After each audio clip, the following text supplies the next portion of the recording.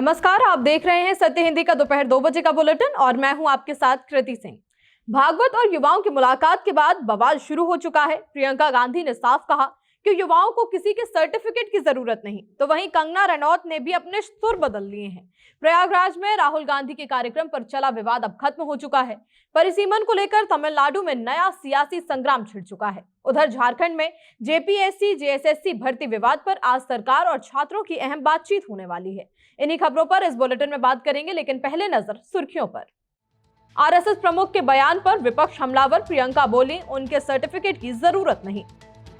भागवत से जेंजी की मुलाकात, बदले कंगना के सुर, अब कर रही युवाओं की जमकर तारीफ। विवाद के बाद राहुल गांधी के प्रयागराज कार्यक्रम को मंजूरी, 8 अगस्त को छात्रों से करेंगे संवाद।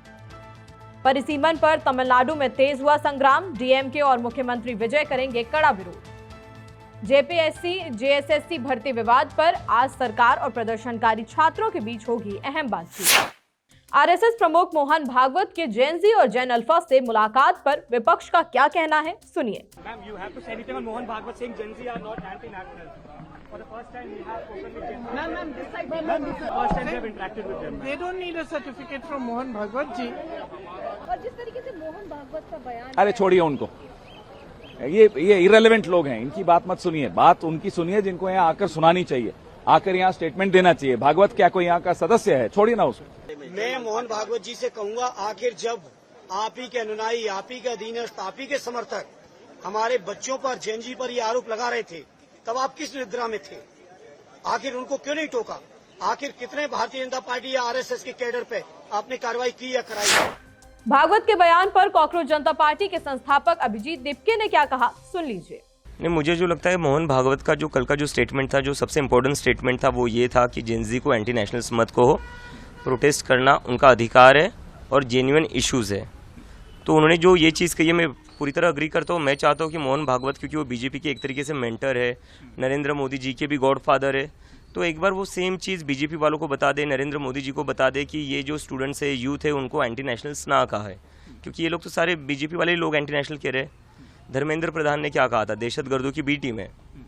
और जो नितिन नबी जी भाजपा के प्रेसिडेंट, उन्होंने कहा था कि ये वायरस है। तो मैं उम्मीद करता हूँ कि अब मोहन भागवत जी की ये बात सुनेंगे, ये उनकी बात मानेंगे, क्योंकि ऐसा तो नहीं हो सकता कि बीजेपी वाले आरएसएस के अगेंस्ट जाकर कुछ बात कहते हैं, और अगर ऐसा कहते हैं तो कहीं ना कहीं फिर आरएसएस को भी सोचने की जरूरत पड़ेगी कि बीजेपी वाले मोहन भागवत जी की भी बात नहीं मान रहे। भागवत के जेन-ज़ी जेन अल्फा से मुलाकात के बाद अब बीजेपी सांसदों के भी सुर बदलने लगे हैं। बीजेपी सांसद कंगना रनौत, जिन्होंने पहले जेन-ज़ी को जेन गटर कहा था, अब उनकी तारीफ कर रही हैं। एक तरह से बहुत बड़ी धरोहर है और हमारे जो युवा बच्चे हैं उनको भी जो है मोहन भागवत जी के जो हमारे लिए परम आदरणीय है, और उनका जो उनकी जो विजडम कह लीजिए और उनके जो अनुभव कह लीजिए, और उनको हमें भी बहुत बार सुनने का मौका मिला है।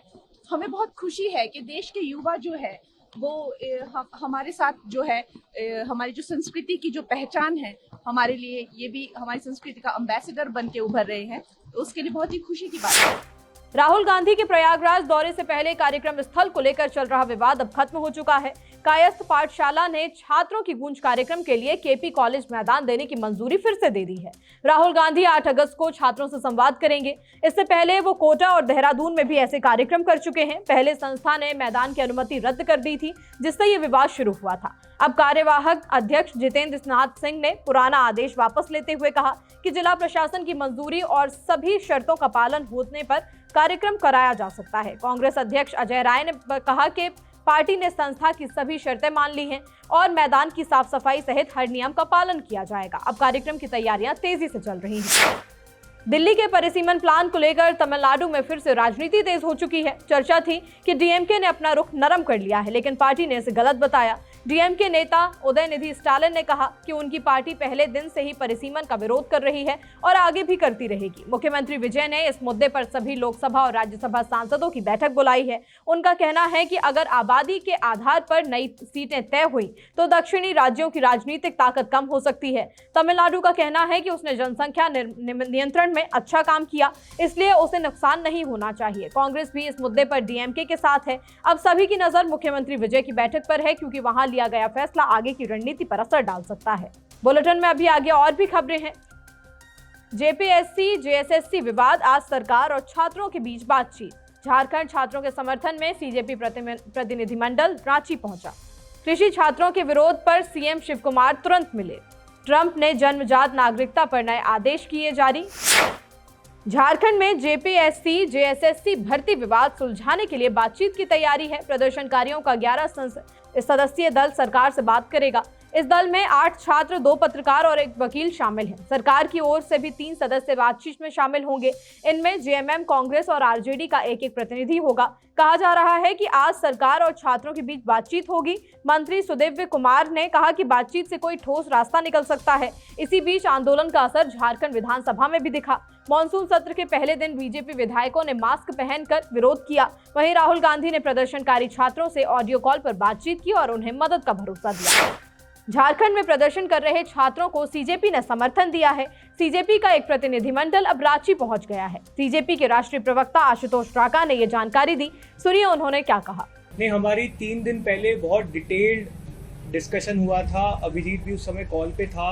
वहाँ के छात्रों से बहुत डिटेल में, विस्तार में हमने उनकी समस्या समझी है, क्या उनकी डिमांड्स हैं उनको बहुत डिटेल में समझा है। सीजेपी की पूरी टीम झारखंड में जो भी हमारे साथी प्रोटेस्ट कर रहे हैं उनके समर्थन में खड़ी है। हम झारखंड की सरकार से मांग करते हैं कि उनकी सभी डिमांड्स को एक्सेप्ट किया जाए। आज जब हम ये बात कर रहे हैं, सीजेपी की तरफ से एक डेलीगेशन रांची पहुंच रहा है। वो वही सभी प्रोटेस्टिंग छात्रों से मिलेंगे, उनकी बात समझेंगे, उनका साथ देंगे और उनको जिस भी प्रकार का सपोर्ट चाहिए होगा सीजेपी की तरफ से मुहैया कराया जाएगा। और जल्द ही हम लोग भी झारखंड जाकर प्रोटेस्टिंग छात्रों के साथ बैठेंगे। कर्नाटक में कृषि छात्रों के आंदोलन पर बड़ी खबर आई है। मुख्यमंत्री डीके शिव कुमार खुद छात्रों से मिले। छात्रों ने अपनी मांगों का ज्ञापन उन्हें सौंपा। मुलाकात बेंगलुरु इंडिया नैनो समिट के दौरान हुई। गृह मंत्री प्रियंक खड़गे भी वहां मौजूद थे।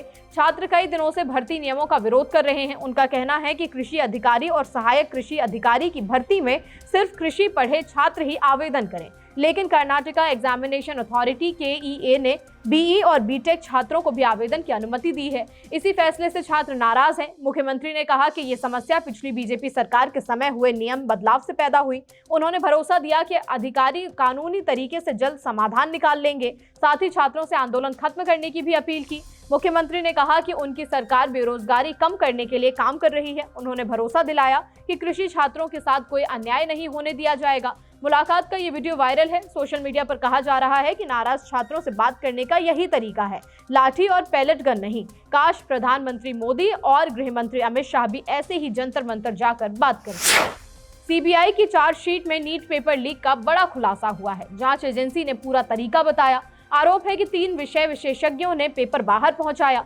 सीबीआई के मुताबिक एक विशेषज्ञ सवाल छोटे कागजों पर लिखता था। वो जवाबों के विकल्प भी नोट कर लेता था। आसान सवाल वो याद रखता था, फिर होटल पहुंचकर उन्हें लिख देता था। दूसरे विशेषज्ञ भी यही तरीका अपनाते थे। वे दिन भर के सवाल याद रखते थे, बाद में होटल में उन्हें लिख लेते थे। एक विशेषज्ञ ने एनसीईआरटी की किताबों से जुड़े कई हिस्से भी चिन्हित किए। सीबीआई का दावा है कि लंबे अनुभव का फायदा उठाया गया। सवालों को किताबों के अध्यायों से आसानी से जोड़ा गया। इसी तरह पूरी जानकारी तैयार की गई। जांच में एनटीए की बड़ी लापरवाही भी सामने आई। आरोप है कि विशेषज्ञों की तलाशी नहीं होती थी, आने जाने पर कोई जांच नहीं होती थी, सीसीटीवी कैमरों की निगरानी भी नहीं की जाती थी। सीबीआई का कहना है कि इन्हीं कमियों का फायदा उठाकर पेपर लीक किया गया। मामले में अब तक कई लोगों की गिरफ्तारी हो चुकी है। अमेरिकी राष्ट्रपति डोनाल्ड ट्रंप ने जन्मजात नागरिकता पर नए आदेश जारी किए हैं। इन आदेशों का मकसद बर्थ टूरिज्म पर रोक लगाना है।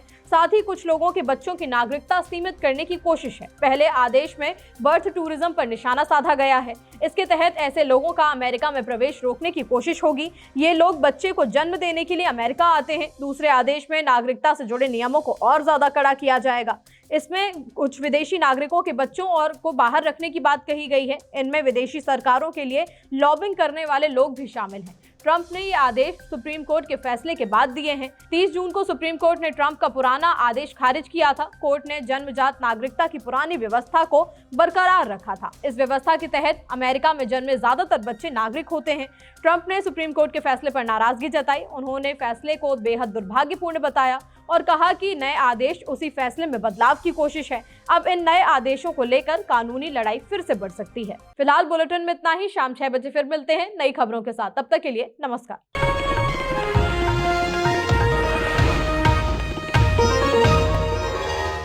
Copyright disclaimer under Section 107 of the Copyright Act 1976. Allowance is made for fair use for purposes such as criticism, comment, news reporting, scholarship, and research.